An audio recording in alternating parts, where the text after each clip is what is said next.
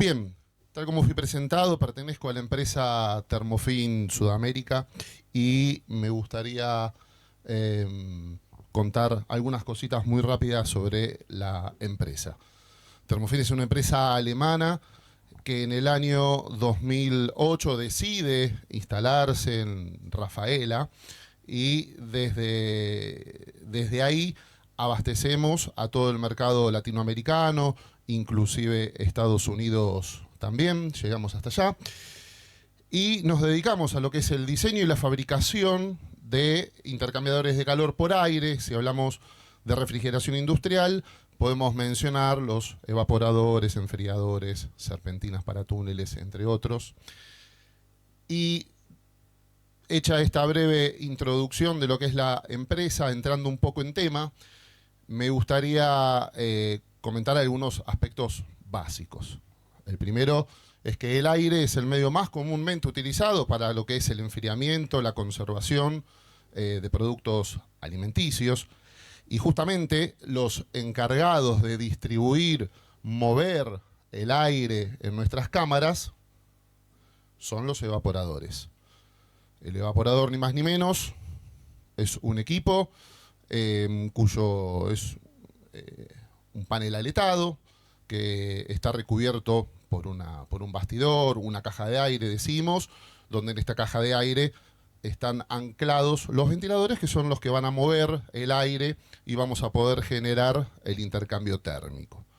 Hecha esta breve introducción, ¿cómo están hechos estos paneles? Con distintos materiales de tubos y aletas. Cuando hablamos de los distintos materiales de tubos, nos estamos referenciando a que, obviamente, de acuerdo al fluido refrigerante, voy a tener un tipo de material. Hablando de refrigerantes, como dijo el ingeniero Parola, los naturales, amoníaco, CO2, después también tenemos fluidos intermediarios que podemos hacer enfriamiento de agua, de aire mediante agua o glicol, y también tenemos la línea de freones, somos más amigos de los refrigerantes naturales. Entonces, yo titulé esta charla para compartir con ustedes, poder hablar de evaporadores y hablar de mitos, realidades y mejores decisiones. Y se me ocurrieron algunas ideas que seguramente quienes están en la industria seguramente las compartan. Yo pensaba, ¿no? ¿Qué realidades hoy me encuentro como responsable de Thermofin, estando detrás de lo que es el diseño de evaporadores y demás?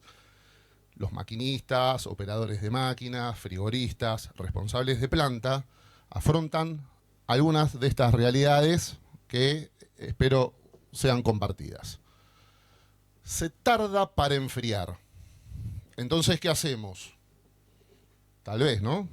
Bajamos la temperatura del sistema si es que el sistema lo permite. Después podemos decir puertas abiertas. El problema de muchos. Infiltración de aire húmedo a las cámaras, me genera congelamientos indeseables.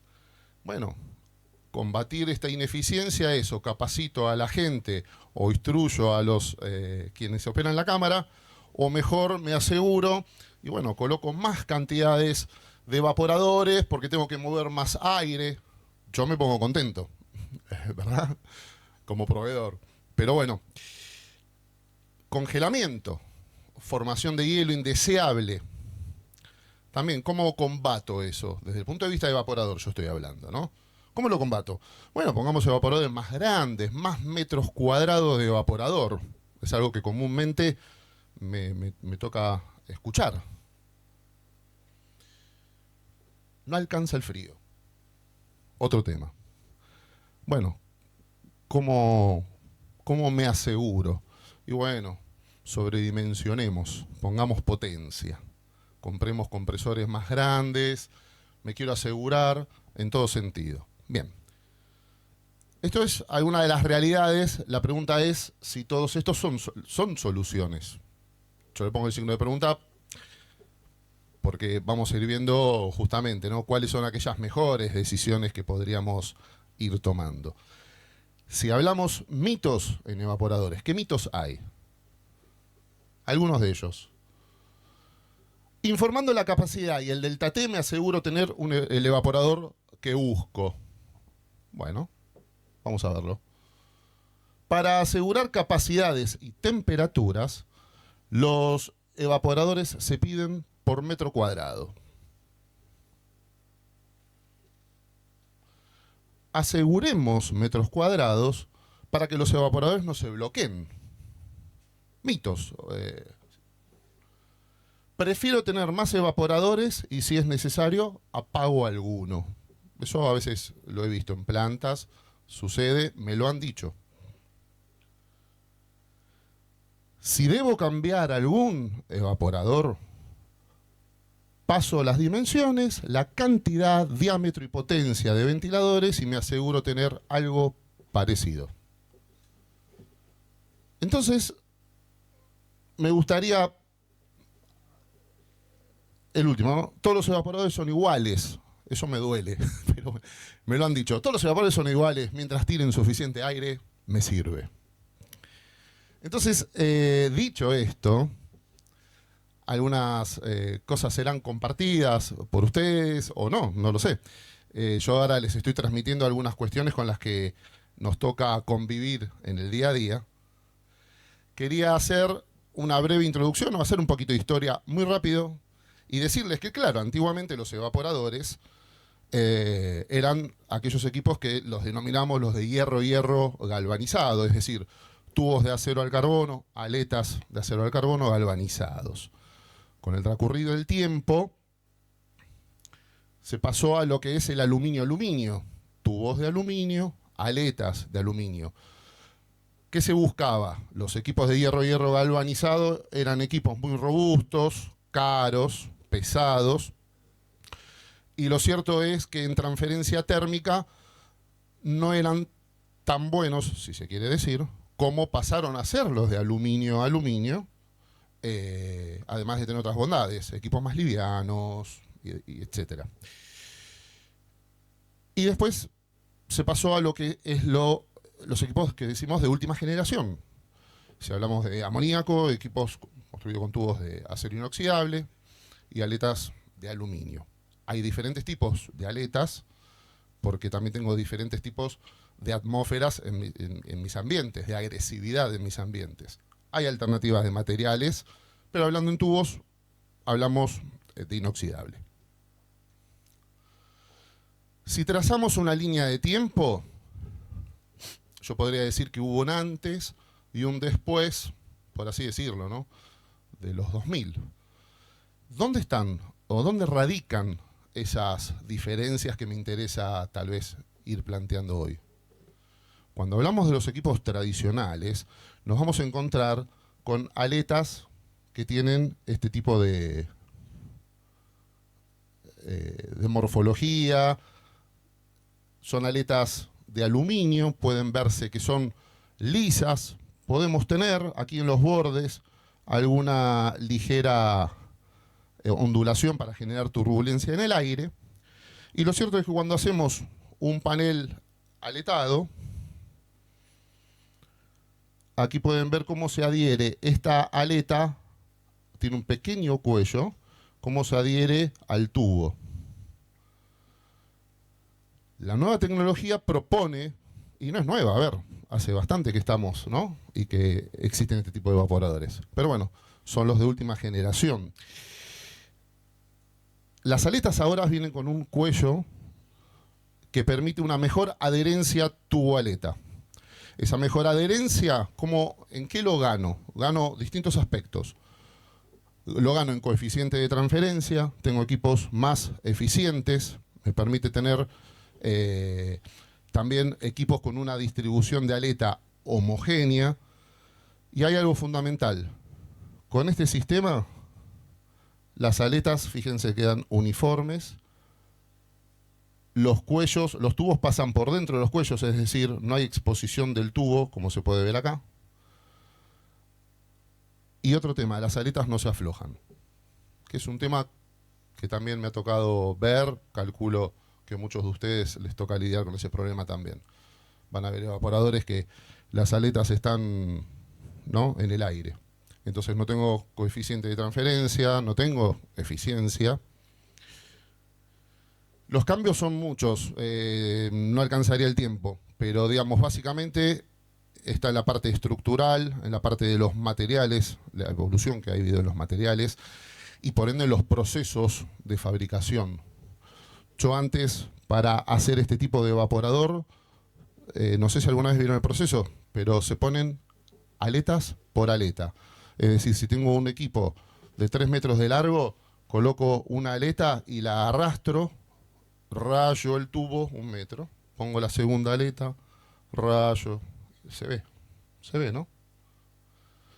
Cambiaron los procesos de fabricación. Tema colectores, fundamental. Acá es la seguridad, se juega la seguridad del equipo. ¿Cómo eran los colectores y cómo son? Casquetes o tapas que soldamos por fuera y con esto cerramos un equipo. Entonces tenemos este equipo en nuestra planta y hoy lo que se propone es partir de un macizo mecanizado, una soldadura lateral. Entonces acá estamos hablando de equipos más robustos y más seguros, que es lo que buscamos en nuestro sistema. Estamos manejando amoníaco. Las componentes cambiaron, los ventiladores, naturalmente. Ha habido una evolución muy importante entre uno y otro.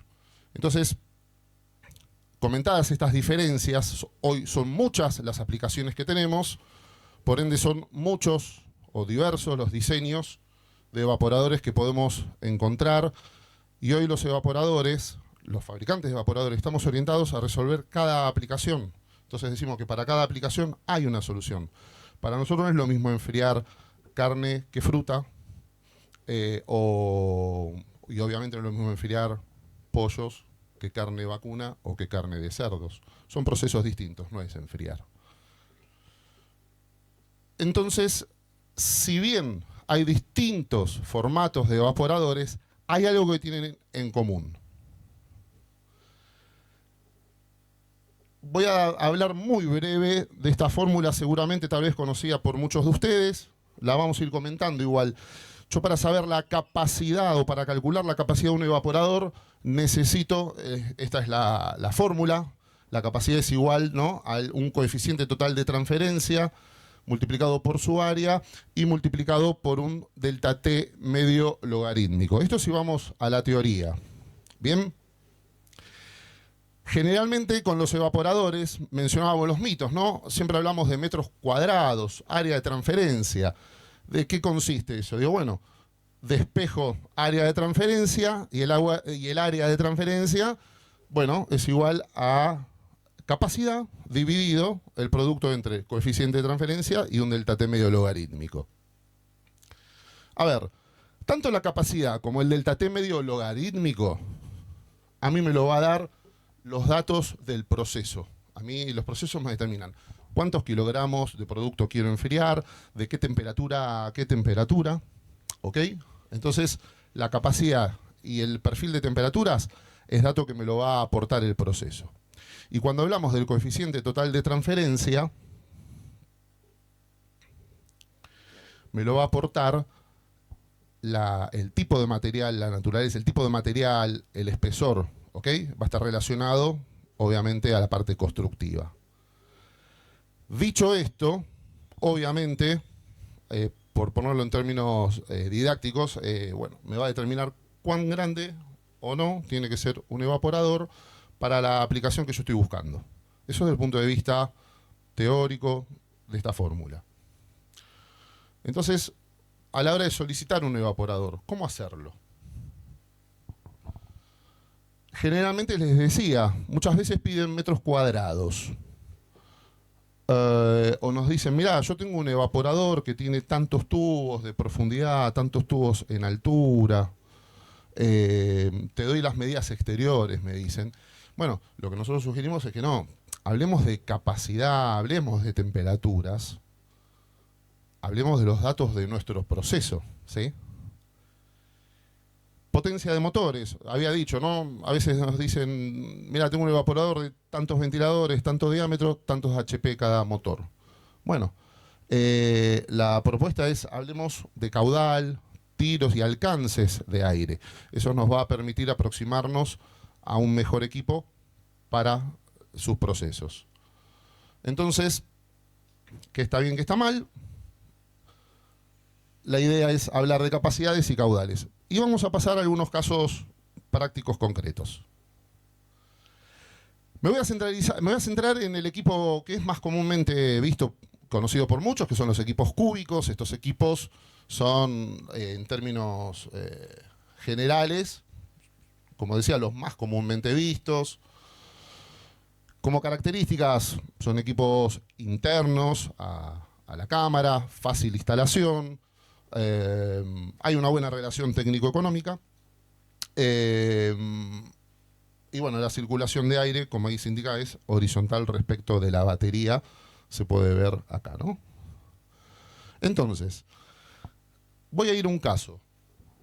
Por ejemplo, si solicitamos evaporadores por capacidad y por delta T. Imaginemos esta situación. Yo tengo que cubrir una capacidad de 70 kilowatts, multiplicado por 860 nos van a dar kilocalorías hora, ¿no? Evaporación menos 8, temperatura de aire 0, muy bien, amoníaco recirculado y demás. Entonces, acá nos están diciendo, evaporamos a menos 8, perdón, temperatura de aire 0, es decir, tengo un delta T. Siempre cuando hablamos de delta T en evaporadores, se mide o se hace referencia a la diferencia que tengo entre la temperatura de evaporación, mi fluido refrigerante, versus la temperatura de aire. Yo tengo dos formas de interpretar este dato y las dos son lícitas. Pero le voy a mostrar las consecuencias de cada una y es lo importante que me gustaría que se lleven de esta charla. Hay dos formas de calcularlos. Yo puedo considerar que estos 0 grados, ¿sí?, sea la temperatura de aire como una temperatura promedio del ambiente, de la cámara, de la sala. Y si lo calculo así, es un método de cálculo, que lo comento, se dice método de cálculo DTM. O puedo considerar el aire, esos 0 grados, al retorno de mi equipo. Es decir, si miramos la imagen. Primer caso, si yo considero que la temperatura de aire es una temperatura promedio de cámara, estoy en esta situación. Y si yo considero o utilizo el método de cálculo DT1, voy a considerar que la temperatura de 0 grados la voy a tener al retorno del equipo. Y esto trae aparejado una importante consecuencia que la vamos a poder ver. Ahí analicemos un datasheet. Considero el método de cálculo de TM, es decir, temperatura promedio de cámara de 0 grados. Muy bien. Entonces estoy ante el caso que había planteado, ¿no? Los 70 kilowatts, temperatura de cámara 0 grados, tengo un determinado caudal, entonces estoy ante esta situación. Yo tengo para tener una temperatura promedio de 0 grados, ¿qué pasa en mi evaporador? Bueno, si yo tengo temperatura promedio de 0 grados, cuando intercambie con los productos que yo tenga almacenados, mi evaporador va a recibir aire a mayor temperatura, mayor que 0, en este caso 2 grados. Me lo va a inyectar a menos 2, casi a menos 2, voy a intercambiar, entonces yo tengo temperatura promedio de cámara 0. ¿Bien? En consecuencia, tengo un determinado evaporador, un determinado tamaño de evaporador, una determinada superficie de intercambio. Ahora bien, si yo considero que las temperaturas de 0 grados al retorno, es decir, que como bien digo, ¿no?, que la temperatura de retorno, fíjense acá, temperatura de cámara, temperatura de retorno. Si la temperatura de retorno es 0, es decir, yo el 0 lo voy a estar censando acá. El punto más caliente de la cámara es la parte que estaba detrás del evaporador. Yo me voy a asegurar que esa cámara en el punto más caliente esté 0 grados. ¿Qué pasa en mi evaporador? En mi evaporador sucede esta evolución. El aire entra a 0, se inyecta a -4, va a intercambiar, y yo voy a tener en mi cámara un promedio de -2. Pero entonces fíjense, ¿y qué sucede? Yo acá tengo otro evaporador. Las dimensiones de la caja blanca que mencioné al principio, que contiene al equipo, es la misma. Acá estoy hablando de un evaporador con 3 ventiladores, diámetro 630. Si miramos esto, decimos son iguales. Si miramos los datos, decimos, me da 70, yo pedí 0, me da 0. Pero ojo, uno tiene mucha más superficie de intercambio que el otro. Entonces, ahí es donde a veces hay que poner el ojo. Entonces, una obviedad, pero la digo, ¿no? 2 evaporadores pueden parecer iguales, pero ojo, no lo son. Hay que ver qué batería yo tengo adentro. ¿Ok? Entonces acá podemos decir, bueno, estaba este mito de pidamos metros cuadrados, pero voy a redoblar un poco la apuesta y les voy a seguir hablando sobre este tema. La superficie de intercambio es importante, pero hay que contextualizarla.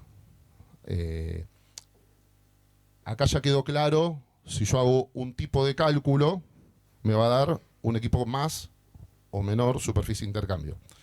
Entonces, acá podría decirles que es un punto importante, la superficie de intercambio. Ok, ahora vamos a seguir con algunos ejemplos. Entonces, ¿qué pasa? ¿Pido evaporadores por metros cuadrados? ¿Los pido? Veamos algunas cuestiones más. Si yo tengo, por ejemplo, equipos que tengan capacidad 28 kilowatts, evaporación -8, temperatura de aire 0, ya nos pusimos de acuerdo en el cálculo.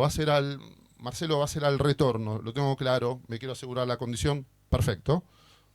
Calculo el equipo y aparecen algunas alternativas. Si yo miro área de transferencia, acá puse solamente 3, ¿no?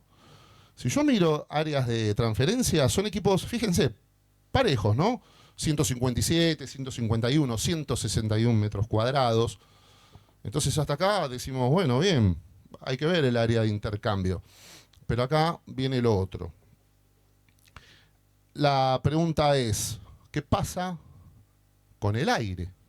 Analicemos estos evaporadores que aparecen acá. Yo acá tengo uno por nomenclatura que son 2 ventiladores de diámetro 500. Me aportan 13.500 metros cúbicos hora de aire y tienen una flecha o un tiro o un alcance de 23 metros. ¿Ok? ¿Logro esta capacidad con estas temperaturas? Sí. ¿Con cuánto? Con 157 metros cuadrados. Bien. Me voy a otro caso, al de abajo, para irme a los extremos. Acá tengo un ventilador de 800, anecdótico, pero bueno. ¿Qué caudal maneja? Epa, el doble. 21.000 metros cúbicos. ¿Qué tiro de aire tiene? 42 metros. Entonces, el mensaje acá es, la superficie de intercambio es importante, pero no nos olvidemos, como dije antes, tiene que estar contextualizada.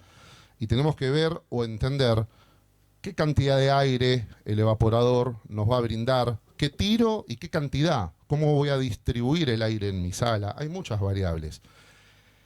Yo lo que tengo que evitar es esto, ¿no? Tener puntos calientes. Tengo que alcanzar a cubrir y lograr una homogeneidad lo mejor posible del aire. Entonces, para esto es lo que no queremos, ¿no? Ahora, como decimos nosotros, en muchos casos el problema no es la falta de capacidad, es la distribución del aire. Entonces nosotros creemos que el evaporador no da, metámosle metros cuadrados. Ojo, no es por ahí, ¿sí? Si tenemos que... Hay una realidad, yo tengo que asegurar que mi evaporador tenga el tiro de aire que deba tener. Quiero evitar este tema. Entonces, bueno, yo tengo que seleccionar evaporadores que alcancen las distancias que busco, que requiero. ¿Cómo puedo hacerlo? O pongo más potencia de ventilador, o cambio diámetro de ventilador, o pongo más HP de motor. Pero bueno, ojo, eso no es así, no es gratis esto, ¿no? Es decir, si yo pongo más HP de motor, yo a mi cámara le voy a estar colocando más calor sensible dentro. Yo lo que tengo que lograr es tener una estabilización de mi cámara, el famoso ahorro energético, hay muchas variables. Una forma que nosotros tenemos y que hacemos a la hora de calcular es considerar el uso del streamer. ¿Qué es el streamer o un director de flujo de aire? Cuando nosotros vemos el desempeño de un evaporador sin streamer, vemos que el aire sale, como lo pueden ver acá, de una forma cónica, si se quiere decir. Y cuando coloco el streamer, que es este dispositivo que va frente a los ventiladores, yo logro tener una mejor dirección del aire, no tan cónica, y me permite llegar más atrás, por así decirlo. Ahí pueden verse un poco mejor lo que estoy diciendo. La ventaja de este streamer, ¿cuál es? No tengo que afectar potencias de ventiladores. Es decir, si yo ya estoy calculando un evaporador que me está dando el caudal de aire que necesito, ¿para qué ponerle más potencia? Ahí, para llegar. No, bueno, yo llego con esto. No le estoy agregando pérdida de carga al aire. Es mínima, es despreciable. Entonces, no voy a afectar el punto de trabajo del ventilador, porque no le estoy agregando una gran pérdida de carga extra. No me va a incrementar la potencia tampoco del ventilador, y voy a poder alcanzar las flechas, decimos, que queremos. Entonces, hasta acá, superficie de intercambio es importante. ¿Es la única forma que tengo para ver o analizar un evaporador? La respuesta es no. Y le voy a seguir dando ejemplos por qué no.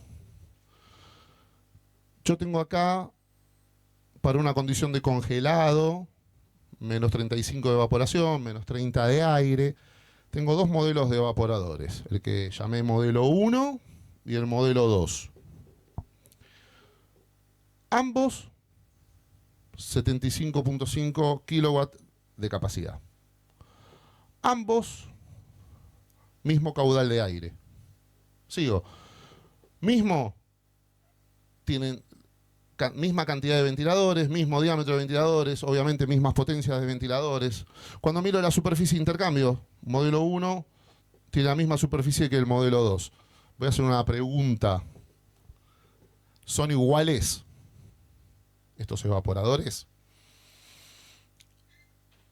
A primera vista, todos podemos decir, y sí, misma capacidad, misma superficie, mismo caudal. Sí, son iguales. Podría afirmarlo. Y acá se abre otro tema, que es la separación de aleta y su importancia. Entonces, cuando hablamos de aplicaciones de baja temperatura, de acuerdo a las distintas separaciones de aleta, yo cuanto mayor separación de aleta tenga, mejor voy a distribuir la escarcha que naturalmente voy a generar en mi evaporador. Yo cada vez que genero frío, en mi evaporador se me va a generar una escarcha. Podemos hablar después de tipo de escarcha, ¿no? Es otro tema.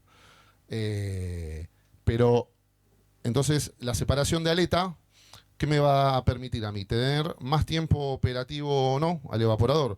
Si las aletas están muy tupidas, yo cuando en una aplicación de congelados, si voy a tener un equipo más propenso al bloqueo por formación de hielo o a que cambie el punto de trabajo, de los ventiladores que otro que si tengo una mayor distribución de aletas. Entonces, para continuar con este concepto de separación de aleta, yo puedo tener lo que denomino una separación de aleta fija o lineal, donde digo que quiero que todas mis aletas estén a 12 milímetros separadas una con otra, aplicaciones de congelado.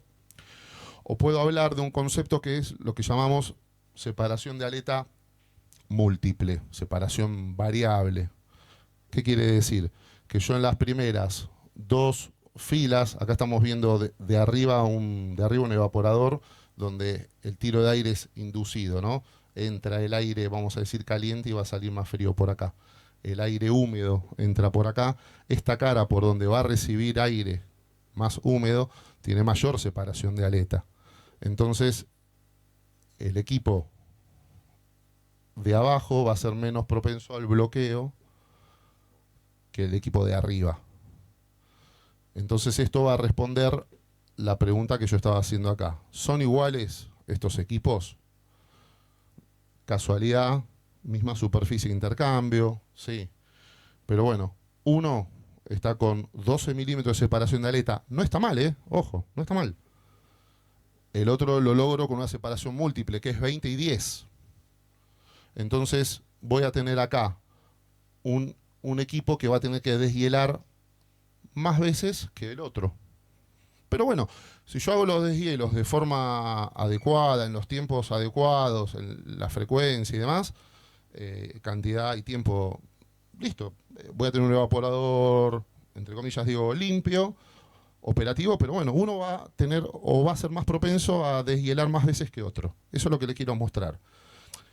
Entonces acá vuelvo. La superficie de intercambio no es todo. Es decir, es un grave error, permítanmelo decírselos, ¿no? Es un grave error decir, dame tantos metros cuadrados de evaporador.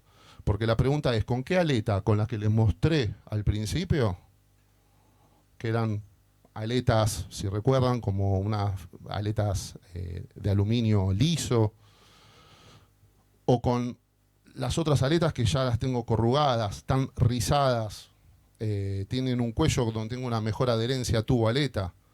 Entonces cambian mucho. Hubo mucha evolución en evaporadores. Siguiendo con esta línea de que la superficie de intercambio no es lo más importante, es importante pero contextualizada, lo vuelvo a decir, pero no es lo más importante o no es lo único. Me gustaría compartirle 3 geometrías de equipos. Por ejemplo, modelo 1, modelo 2, modelo 3. Los 3 tienen exactamente la misma superficie de intercambio. Ahora, ustedes van a ver, cuando ven la capacidad, alguna ligera diferencia. ¿Y cómo puede ser? Si tengo la misma superficie de intercambio. Otro tema, si tengo el mismo caudal de aire, ¿cómo puede ser que a mismo caudal de aire y a misma superficie de intercambio yo tenga 3 rendimientos distintos con 3 evaporadores que en apariencia son iguales? Entonces, ¿qué pasa? Cuando analizamos, el tema es, yo necesito, como dije al comienzo también, la fórmula, ¿no? Superficie de intercambio. A mí me va a dar un norte. Si a mí me están ofreciendo todos 200 metros cuadrados y hay uno que me está ofreciendo 70, hay algo que está mal. Pero no miremos esto al milímetro. Y les cuento por qué. Misma superficie de intercambio, mismos caudales. ¿Qué sucede? Yo acá tengo un equipo que claramente, ¿no?, es más delgado y más alto, más esbelto, ¿no? Delgado, alto. Y me voy al otro extremo, donde tengo un equipo más chiquito, más profundo. ¿Cómo logro los metros cuadrados? Bueno, acá lo logro poniendo 4 filas de tubos y 36 tubos en altura. Y acá lo logro poniendo 8 filas en profundidad y 18 tubos en altura. Pero yo logro los metros cuadrados. ¿Pero qué sucede? Al aplicarle el mismo caudal de aire de este equipo a este equipo, yo acá voy a tener una mayor pérdida de carga del lado aire. Voy a necesitar más HP de motor. ¿Sí? Fíjense que a un mismo caudal, yo tengo una determinada sección, una cara de evaporador, ¿no? A un determinado caudal de aire constante, voy a tener naturalmente una velocidad. Bueno, en este evaporador manejo una velocidad frontal de aire, estoy hablando, no estoy hablando de velocidad aire-producto. Acá estoy hablando de 2.2, acá se me fue a 4.4. Entonces, me impacta en la pérdida de carga del aire. Claramente acá necesito más HP de motor que acá. Entonces, la superficie de intercambio es importante, pero atención cómo la usamos. Decíamos tema de... voy a ir terminando. Decíamos tema, una de las problemáticas, la formación de hielo. La formación de hielo es un común denominador de muchos.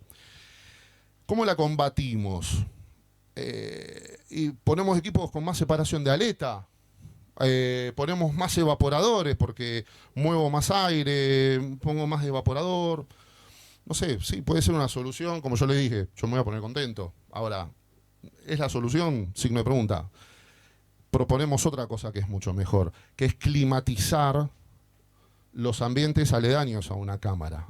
Por ejemplo, en una antecámara, si yo en vez de poner un evaporador pongo un deshumectador, toda la humedad que yo logre sacar o toda la condensación que yo logre hacer con un deshumectador en mi antecámara, en mi muelle o en mi dock de carga, es hielo que me voy a evitar tener en mi cámara de congelado. ¿Y qué es un deshumectador? Si hablamos físicamente hablando, ¿no? ¿Cómo se ve? Los equipos seguramente se van a ver iguales. ¿Se acuerdan de ese mito ahí? Todos los evaporadores son iguales mientras me den el aire que me tienen que dar, decía, ¿no? En apariencia son iguales. Ahora, ¿qué tenemos adentro del equipo? Adentro del equipo, si tenemos amoníaco, en nuestra instalación ya vamos a tener gas caliente. ¿Por qué no usarlo? Entonces, tengo una serpentina de enfriamiento, se puede ver acá, y un circuito independiente, esto sí está separado, independiente, de calor. Entonces, yo logro enfriar hasta la saturación, condenso, condenso, condenso, me muevo en la carta ciclométrica, ¿no? Calor latente, y luego ajusto un poco las temperaturas. Entonces estoy haciendo un control de humedad relativa. Muchos creen, acá voy a dejar el titular, ¿no? Quienes estén más familiarizados se va a poder comprender, y si no lo podemos charlar con detenimiento. Muchos dicen en la antecámara, no, prefiero poner un evaporador que tenga mucha separación, una amplia separación de aleta, le bajo un poco la temperatura, no importa que se mueran de frío, por no decir otra palabra, pero me aseguro, obviamente cuando enfrío deshidrato, pero ahí estamos hablando de humedad absoluta. Yo lo que tengo que controlar en un ambiente es la humedad relativa. ¿Cómo la controlo? Combinación de frío-calor, con esto. Entonces, cuando yo deshumecto ambientes, me evito tener problemas de hielo en mi cámara. Y no necesito poner más evaporadores. Obviamente tengo que poner el evaporador que tenga la distribución adecuada de aire. Tengo que poner la cantidad de evaporadores que la cámara requiere. Pero la solución es, se me forma hielo, estos me dejan la puerta abierta, metamos más evaporadores. No es por ahí, no es por ahí. Les puedo asegurar que quienes adoptaron tener deshumectadores en los muelles de carga, en las antecámaras, resolvieron en gran medida los problemas de hielo en las cámaras de congelado. Por último, ahí mencioné que había formatos de equipos, entonces, y hablamos de la importancia de la separación de aleta y demás. Estos equipos tipo penthouse, son utilizados mucho para centros logísticos, pero quienes cuentan hoy en sus plantas con plantas de, vale la redundancia, con cámaras de congelados o mantención de congelados, esto es una muy buena solución. ¿Por qué? Son equipos, los penthouse, que van instalados entre el cielo de la cámara y el techo de la estructura. ¿Qué tengo yo en mi cámara? Solamente los ductos que van a inyectar aire frío. ¿Qué me permite? Más espacio de estiva.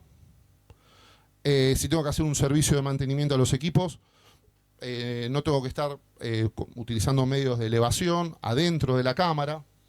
Hay muchas ventajas. Eso desde el punto de vista tipo de equipo, tipo de solución. Ahí se puede ver un corte de cómo irían estos equipos, ¿no?